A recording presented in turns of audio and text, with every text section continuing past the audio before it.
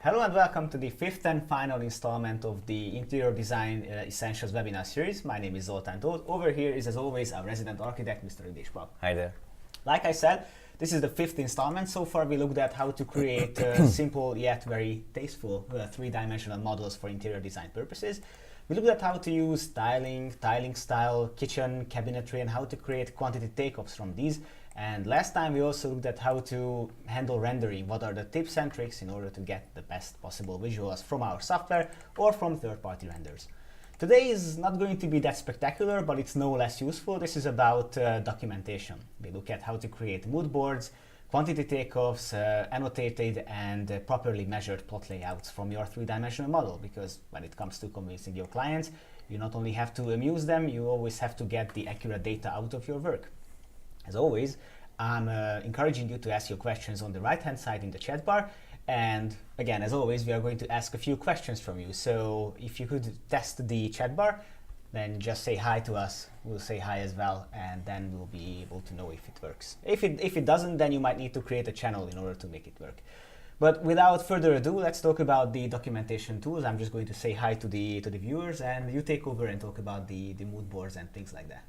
Okay, the mood board itself is a tool that you can find in the documentation. That's at the end of this bar here, and it's a full tool set, and it's giving you the possibility to create a page on which page you can actually set up the layout, and you can kind of paint the mood of that future interior. So it's usually not at this phase, which we already have on screen.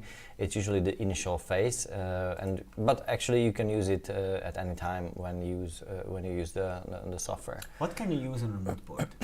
You can paste all sorts of images, fabric photographs, and things like the textures that you can find online. Or also, of course, you can use the content if you already have any from your own project. So I will actually show you all of these. The first step to take is to prepare the mood board itself. It starts with this mood board tool here, and that's the create mood board. It happens in a very similar fashion when you actually design the plot stamp, the plot layout, which we will also cover soon. It will also be directed to first select the paper setting, and then you can also set up the position, the orientation, and then when you say OK, then you will end up with an empty paper on which you can paste your content. And actually, we also have a question about the mood boards. Yes, tell us how often you do mood boards. So how often do you create mood boards?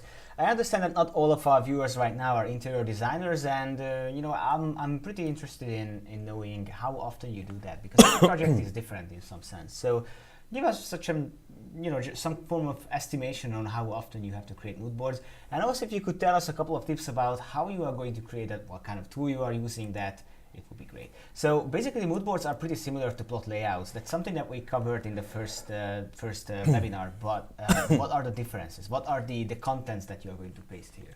The content is all mostly images that when you go to the mood board tool set, you will find that's the first command here. It's a raster image, and it allows you to bring in several images from your hard drive, which you already saved before.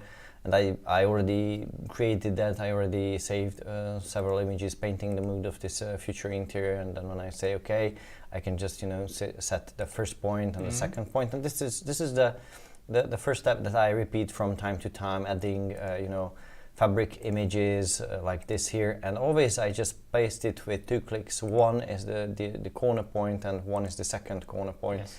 If I'm not satisfied with the size, I can use the scale image tool here. So with that, I can just click on the image and then just rescale the whole image. Or I can also use the corner points of the image, and then I can find the scale, or I can even stretch the image. So if I would like to stretch it a bit more, towards the horizontal layout, then I can just stretch it. Obviously, this will work with text as well. sometime, but not with the photographs because you don't want to stretch the photograph most How of the do time. you change the order of these? Because you might want to have the one in the background coming to the foreground. So how do you do that? If you would like to change the we call it the drawing order, and that happens in two ways. The most easy way to find is in the mood board tool set. There you can find either draw order to front, which means if you click here, wherever it was in the hierarchy, it will always fall to the front. Yeah, and the same goes with its pair. It's draw order to back. If you have this other two, the draw order forward one and back one, this will, the drawing order is several levels, at least 8 or sometimes even more. So if you kind of stack these images, multiple images partially overlapping each other, then you can just change the draw order one by one. So this gives you the flexibility. How about other content? Maybe you can add textures from your model? Yes, you can also do that. So I actually did that before, so I show you how you can find a texture on your 3D. So if you have your 3D model in front of you, excuse me, then you can just right click on a surface and then you can find that material easily with the dedicated tool. And this dedicated tool will let you find the material texture. You can also tweak the texture just as how we covered it in the previous session. That's right. And then you can just click and drag this. Now let me just enlarge this so we will have a better view on this. So I just click and drag and release, and then I just select the last option. This is the insert as raster image. So what I will do, I again just select this part here and then just kind of paste it. And again, if I'm not satisfied with the size or it just represents too much, then I can use the other tool, and that's called the crop, which allows me to, kind of really literally chop off that part of the image. And when I hit enter, then the software will, just simply erase or remove that part. How about text? The text is a 2D tool, so all those tools that you would like to use to either design a simple logo or some vector graphics with hatches, painted areas or something like that, you can use all of these. Now I will use the text, and there is actually the first command is the place text, and this comes with a very simple method in mind that you just type what you would like to see. Mood board.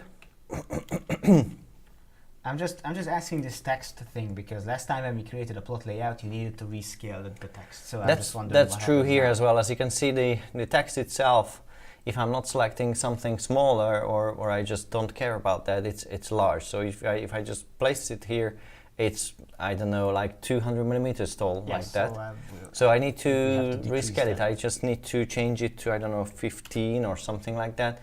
And then, of course, again, you can also change the type of the text or the font of the text, and then it is represented in a different way. You can also overlap the images, of course, with these things, and also you can bring back and forth because this drawing order is not only for the images themselves, but it's actually for all sorts of items in ARCHLine. Most of the time you don't have to take care of them because the ARCHLine will auto sort these things in a natural way. But when you work with a layout like that, you will likely need to resort it. What about colors? Colors? I'm asking because textures are trickier in this sense because they are definite textures. But what happens if you want to create an area on which you want to paste some colors? Yeah, the color is well, actually, in a similar way, you can also place a texture. That's also an option. But what we talk about is a hatch. The hatch itself is kind of filling of an area, so you just draw the shape of that area that you would like to like paint with that two-dimensional environment. Sorry. And then the software creates that hatch. Now I cannot see this hatch because the hatch has a certain spacing, and it's again very large. So I can either shrink it to a reasonable size, or I can just simply go and find a solid pattern and then change the color to something that I like. I go to something like an RAL scale, and then I just select this, and then I go with that, or I can change it to something different, and I can just add another text to explain what's this. Great, so that's one mode of documentation. The mood board is maybe that comes in the early stage of your work, but another no less useful feature would be when you're creating wall elevations, or it's also called wall views sometimes. Yeah. How do we do that? What are the tools for that? The tools are these tools here in the documentation, and it's called the wall elevation. There's an image and there's a drawing tool set for that. And this gives you the possibility to select a wall and then create a drawing version or an image version of that. And actually some people do combine these to use them together. So we actually also have a question here to you. If you use this. Similar, but it's a bit different as well. So when you are doing the wall elevations that you do you do them as a drawing or an image or maybe both? I mean, this applies mostly if you're using ARCHLine, because you are able to do it in both ways. But we would like to know more about your visual style. Which one would be more useful for you? Yeah. So actually, talking about these elevation views, let me show you how you can use them. So I just enlarge this 2D layout, and then I will use the. First, let's just go with the first one, the image. This gives you a tool where you can select the the part and then set up the depth. Mm-hmm. This I just set it in front of the sofa here, so that we can see the sofa here as well. And then you just offset it until you find the preferred field of vision. Yes. I can even just stretch it further, and I can make it deeper if I want to kind of cover the whole side of this room. But most people only do wall by wall. So I just hit enter, then the software creates a preview of what we will see. And then when I say OK, then I can place it somewhere next to my drawing. And this is a raster image. As you can see, when you select it, the software tells you that's an image. But this comes with an extra, because here you can use the dimension tool, and there's the elevation on section.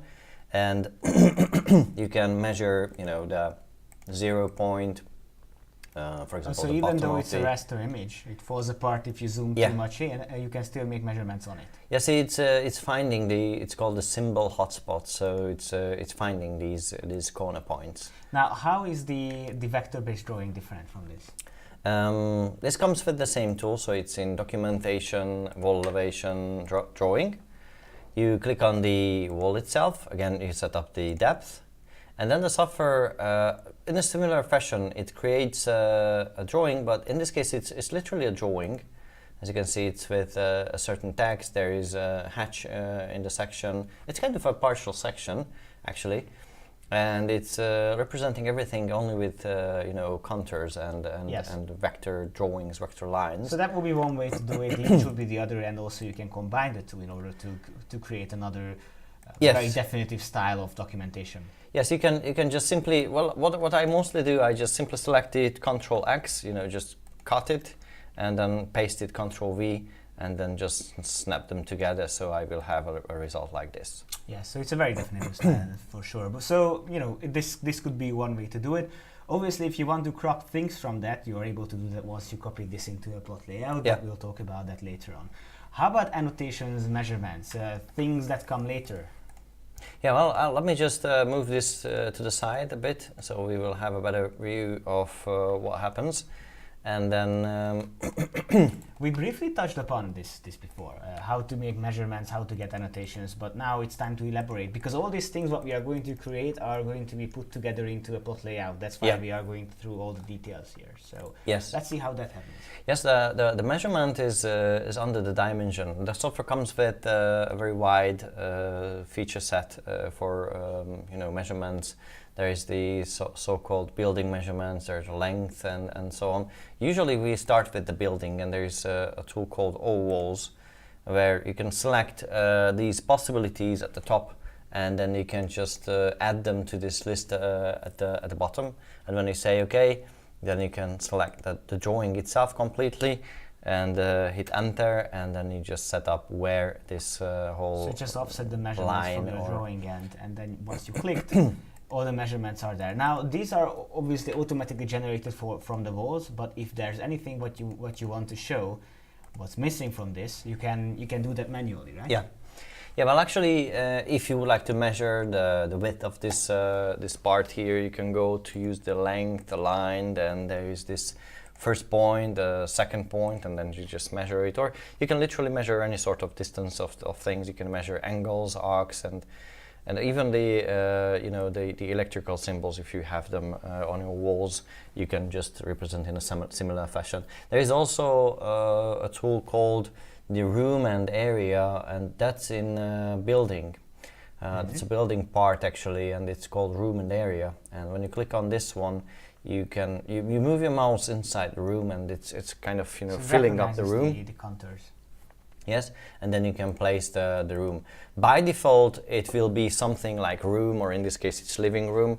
It won't recognize the room by itself, so it's not giving you the correct room name. By default, you need to maintain it. You just select the room itself, and then you can, here at the left-hand side, you can change the room name and all sorts of other details. See, what happens if you want to get a certain designated zone within a room? So let's imagine a kitchen slash dining room slash living room, for instance. You want to have just one zone of that area designated as kitchen. But if you use this tool, then, you know, by default, it would be recognized by the walls. Yeah. It would be larger than we want. Yeah, well, in that case, you shouldn't use the default one, the room by walls. You should go with the room by polygon. And it's actually the same tool which I would use in case of the terrace here, because the terrace is not a room. It's not surrounded by walls. And then I need to draw it around. Some people, and in some countries, you also need to measure this area, so it really depends on you. So you just draw the part itself, and then you click, and you can make smaller parts removed from this area. I don't do that now. And when you hit enter, then the software gives you the possibility to set up the height of this room. Well, in this case, it's not important because we don't want to calculate the volume, but if you would like to, then you should set this correctly. And then when you say OK, then the software names it room, and then you can again change its room name like before. How can you change the scaling and units of measurements? Well, the scaling and the units are part of the settings. Most things, like for example, if you go to dimension and you select the building parts and you start any sort of tools like the window tool or something like that, see there's two by default, which actually it's just a default settings in the software. So this really depends on how you work with the software, how the default settings of your country settings are in ARCHLine. And sometimes people also do ask how you can change the style of these things. And just as in case of the text, they are coming with settings that you can fully customize. You can change the font, you can change the color, you can change the size of the text. And also the same thing comes with the room here. If I would like to change the room text style, I cannot find it here. I cannot find the font style here. And that's the reason behind that. It's a bit more complex than that. You need to go to the settings, and then you just find the see, there are several pages here, and the one here, it's called properties, is calling room name text style, room data text style, room number text style. So these are styles that you can predefine, or you can just go with the default ones in the software. So if you would like to create something new with a new font style or something like that, you need to go to drafting, go to properties, text, and then this is where you set them up, and this is where you store them. So you can just quickly create new ones if you would like to go with your own style. A huge topic is coming up, and that is layers and how to handle them. Before we show that, there's something what regarding documentation we have to talk about, and that's creating snapshots. Yeah. That's something that could come in handy, because last time we talked about how to create renders, but like we said before, and we are going to say it again in the future, rendering takes time and effort. And if you just want to give a sneak peek of your project to your clients, in the meantime, I'm placing the rendered image here. That's right. Then it might make sense to just grab a very quick screenshot of what you are working on. Now, obviously, you could be using the print screen key of your keyboard, but there's a designated tool within ARCHLine for that, which would allow you to create a screenshot of what you see in the bottom right corner, actually. So in the 3D mode, you can just grab an image, and then you can send it to your clients just to give them a quick update on what you're working on. Oh yes, and obviously you can use your predefined perspective views to navigate to something really tasteful and good looking, and then make an image via the documentation tab. And there's this snapshot. Now there are several options for the snapshot tool, and then actually one of the snapshot is when you actually just make a copy of the image. Now with this first tool, the copy image tool, you can do whatever you would like to do with that image. You can even take a snapshot of the 2D drawing. You can take a snapshot of the 3D view, and then you can just paste it into Word or do whatever you would like to do with that image. And the snapshot 3D view command gives you similar options, setting up the size, setting up the format, and here if you click on save, you can save it into a file, or if you just hit OK, then the software will make a snapshot of this with a certain resolution and paste the copy here at the drawing which is selected now. So if you already created several other drawings, I will show you the command to do so if you need to do that. Then you can do that, and then you will be able to select another drawing, and when you say OK, and the software will offer you the option to place it somewhere, like for example there. Now this image here, this is just a snapshot, so it won't look like the way it says. That real, just only the snapshot what you have here. But you can actually, cut it with Ctrl X. I just used it, and then you can just paste it to a mood board as well. So let's just place it here, and then I need to shrink it because it's very large. It's one-to-one. It's in one-to-one scale. So that's something that you have to do when you're dealing with images of this size. Yes. So let's just shrink it to something like that. So now we have a rendered image of a mood board photo and so on. So we have a collection of things here. Perfect.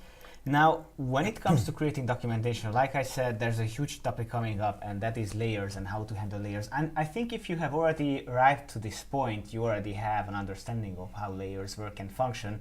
So without explaining the whole ordeal, let's talk about how layers work within ARCHLine. So how you can use them to better manage your project.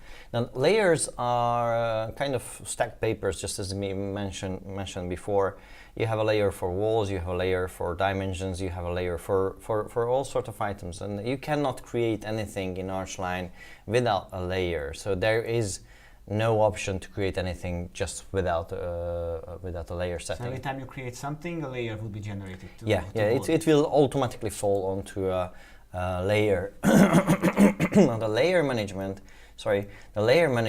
is here. That's actually a menu where you can find the layer manager itself. This layer manager either offers all the layers that you have in your project or only the used layers. Here we will have a question. And there is there's a default layers here now. I mean, those are the layers because I clicked on the use layer that are in use in the software. For example, because I imported something, or I placed dimensions, or I drafted lines, and I created the room and walls and things like that. So that's why I have these here.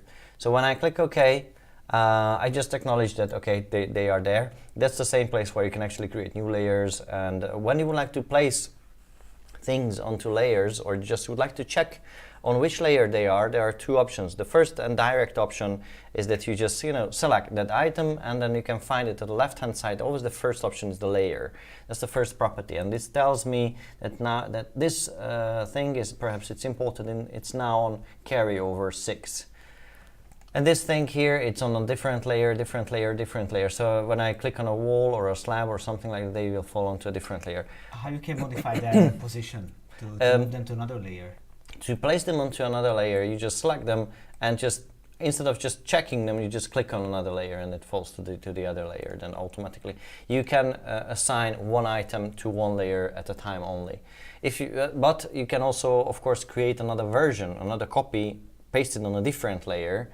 So using that, you can actually set up several representations of the same interior. So not going further, I'm just simply using the layer walk, which is the other useful tool that I think will be This is something that we illustrated last time when we did the renderings. The layer walk is very useful for disabling things that you don't need to be shown, and that takes a lot of work, processing power from the CPU. So it's easier to process an image or a model from which certain things are disabled, which you don't need.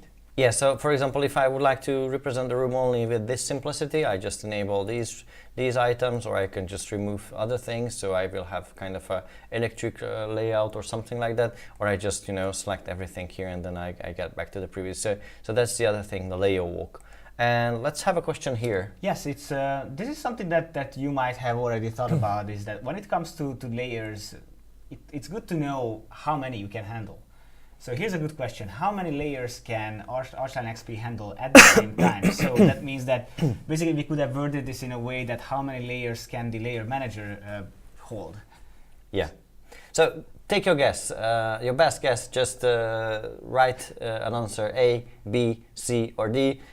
You cannot give a bad answer. It's just really just we are curious what you think is the correct answer. We will tell you, of course, in a few minutes. Whenever we are making these webinars, it's always an interesting question what to tell about layers, because we always find that a lot of people are using it, but if you are using some other kind of software which is not layer based, this might be what you use. So yeah, you have to know that ARCHLine is very much layer based, and it's heavy on the use of layers. You can obviously ignore them, but that's not good practice. I mean, you have a story about not working with layers and then getting used to it, right? Yeah. Well, when I started working with CAD files and CAD drawings, the whole concept of layers were pretty new. Kind of, something that I had to adjust myself to, because before that I had only my pencil and a ruler and things like that.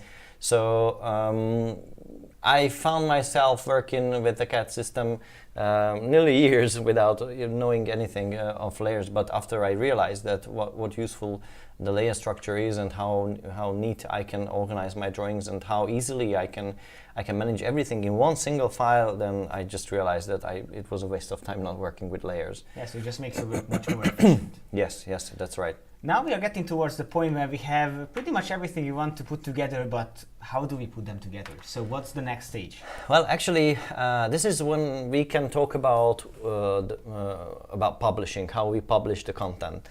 You can, of course, create DWG files for others. That's what we call export. You can also create other sort of files, like, for example, a PDF that we refer to as printing or publishing, because that's kind of a virtual paper. So yes, but that would be a very good platform to hold everything together, because PDF is designated to freeze everything into that format you are working with. Yeah, that's right. Actually, printing is kind of a print what you see. So as you set your field of depth of view. Yes. As you set your content using the layer walk, what you see directly in front of you, that's what you will be able to print. So it's kind of a good direct definition.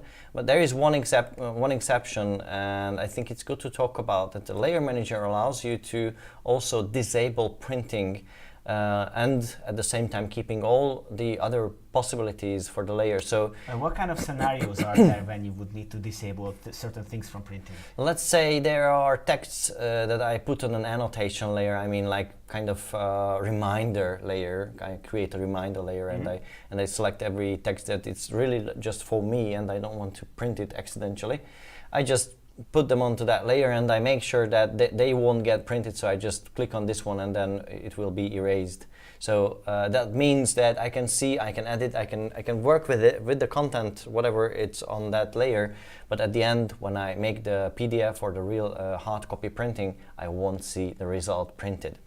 So, but to keep it simple, to print a content like this, you will first enable that content, and then go to either print or print to PDF, and right away when the dialog appears, you will see the preview of that content based on your settings. Now, this is the simplest way. You can organize the content, you can center the content, and so on.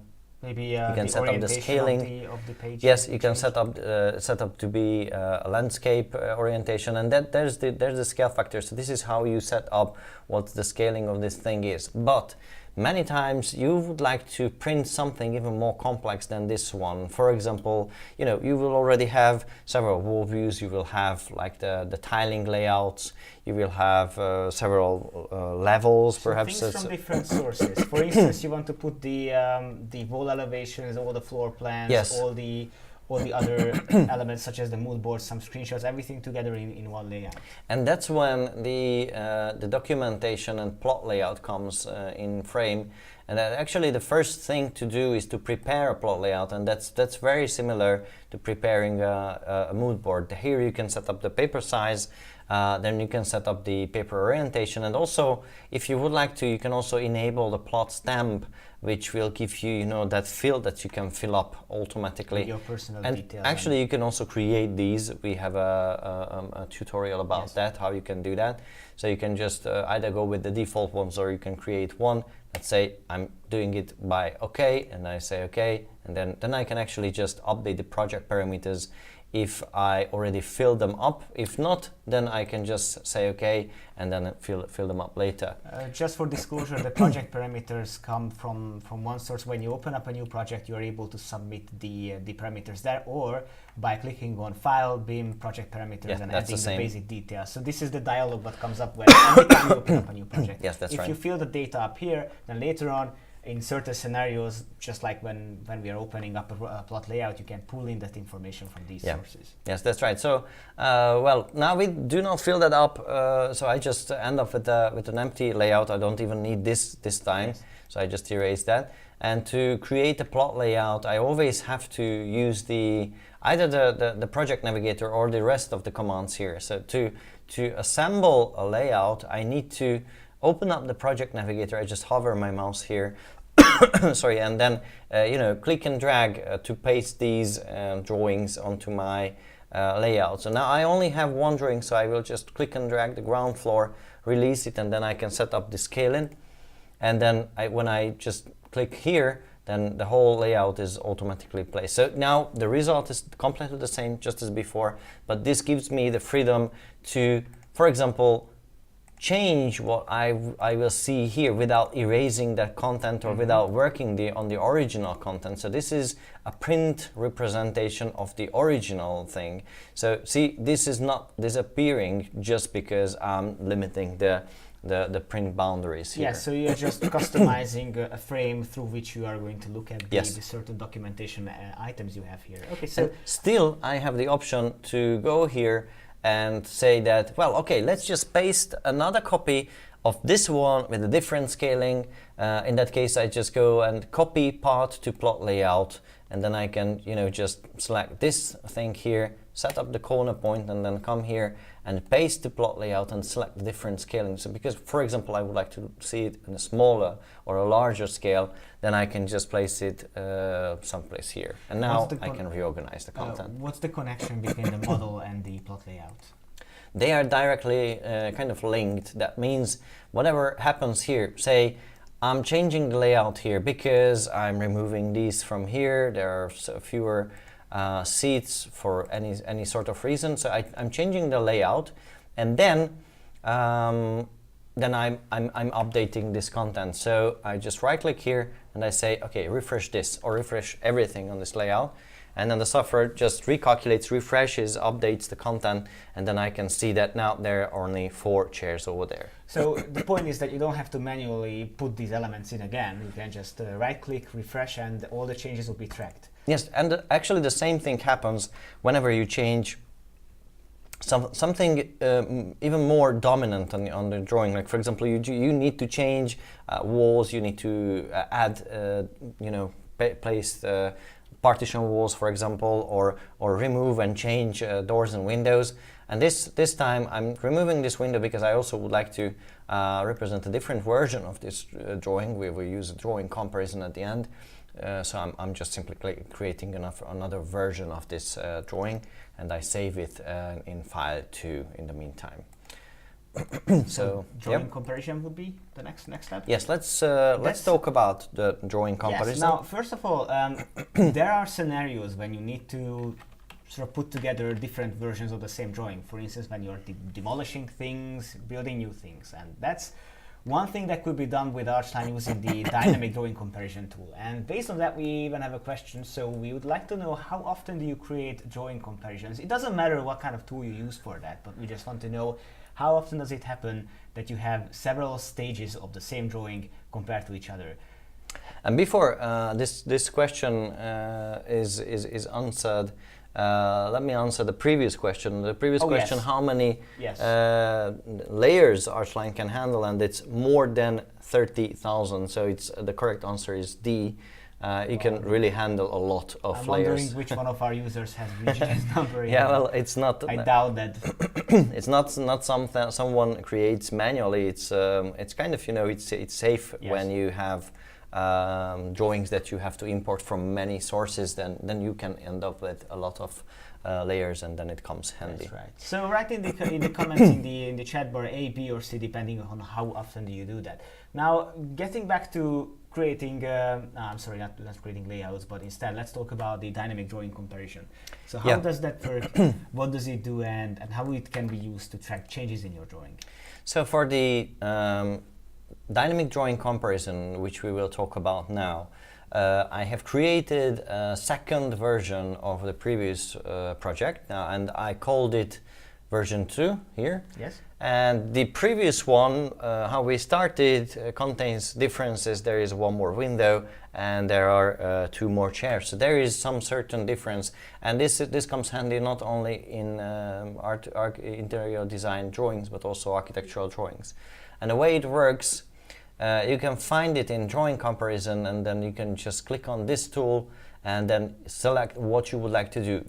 Now, because I have created a different project file, so it's literally in a different drawing, in an external drawing, I should go with this one. But if the drawing is part of my current project, because I have opened several other drawings, maybe you want to compare to wall elevations or something which like I that. can do here. I can go to view and add the second, the third, and other 2D drawings. So if I have done it in this fashion, as I did, I just go with the drawing comparison, compare with an external drawing, and then the software instructs me that, okay, now I should select the other drawing, which is the same drawing but with a different status. So I just go there, and I think that the one that I saved is, originally used is this one, and there is this preview option. This should be enabled, because then I can see the 2D content of the original drawing. And then when I go there and I say okay, open, then I can set up what I would like to see and how I would like to see. See, there is drawing 1, there is drawing 2 with this difference, and then I can even check what sort, and if I work with multiple buildings, which of those buildings I would like to compare. But by default, I usually just go with the default settings, and then I can set up the items of the first drawing, the second drawing, how they should be colored, and then I can also put the drawing scale and the representation style in the similar fashion. Let's say I have created a drawing with a fine representation, I don't know, 2 weeks earlier, but I don't remember how it was. So to make sure that both is compared in a medium level, the same setting, I can just make them, force them to the same level. In order to avoid that changes being too severe. Let's see what happens if we... So let's just go with this one. The software creates a new document. That's for the comparisons, and then I can just paste it and see. Now there's the difference. That's how it was changed. Not a big change this time, but this is how it was represented. But it does show in orange the things what changed, and in blue the things which can be found on one drawing. And also we see the wall view indicated in blue, because that was only in one drawing and the other one was missing it. Yeah. So usually I suggest placing these drawings not next to the original layout, then you end but up on a different drawing, because that makes it, first things first, everything will be even more clear, and second, this sort of method is it will be easier to handle when you have one drawing for one single purpose. That's right. So this is a very good way to document these certain stages of your design, especially if there are things to be demolished, things to be built. Yeah. And talking about, I many times organize the content in front of us, and sometimes we refer to how to do that, but let's just stress it out again, how you can organize multiple drawings in front of you. Now, first things first, you can always, at any time, rename your documents. You can just click on the header of that document, of that drawing itself, and you can use the rename option. And second, if you would like to, just shuffle the drawings. I mean, that's the other drawing that I would like to make larger. Then I just highlight it, and then I use this one. This is the magnify window tool. If I would like to enlarge this one, I click here and I click here. So that's how you organize the content, and the same applies for the 3D as well. And also that you mentioned that you can rename your drawings. All drawings are stored in the project navigator. So everything is here. It hides by default, but you can pin this down, so it will always be there. Another thing, if you want to magnify something because you want to focus on that, you can just put it to full screen, and then you would be able to work on it more efficiently. But all the other drawings are still there. So if you minimize this, you would see the drawings over there, and you can again use the magnify window to reorganize the drawings. There is one another way which is very useful, I believe, and that's the second monitor option, which you can find here. If you have, now we do have a second monitor here. You can't see if I move it over there, but if I use the second monitor, I can just snap my drawing to the other screen, so I can fill the whole work area that I have here. And going back to something that you described, that was the full screen mode. And in the full screen mode, those of you using who used different software before, you might be familiar with this sort of method when you can actually just select some of these drawings, and then you can just simply go there and back. So and this is how you navigate. Use this as a jump list to navigate from one place to the other. Yes. Basically, that summarizes the documentation of tools. Obviously, like I said, this hasn't been that spectacular as rendering, but this is no less useful. So if you tuned in for the 5 shows that we just had, we looked at the whole workflow from beginning to end. So from the first couple of walls all the way to the plot layouts. That actually gives you a very comprehensive idea on what kind of tools you can use in ARCHLine for interior design. Actually, there is one more thing that I did not describe. We talked about how to set up the plot layout, but I did not show how to create a PDF out of the plot layout. Actually print it because there is one difference compared to what I represented before. When you print the content in front of you, you remember we set up the scaling, we set up the orientation, and we set up all the settings. Now that's the same you would do in case of, let me push cancel here, you would do when you print the plot layout. So I'm doing the same thing, I'm on the layout now, and I'm going to print to PDF. And How is this scenario different from just... There is actually one difference at least. See the size, it's totally different. And the reason behind that, because I already scaled this, and this is the real paper.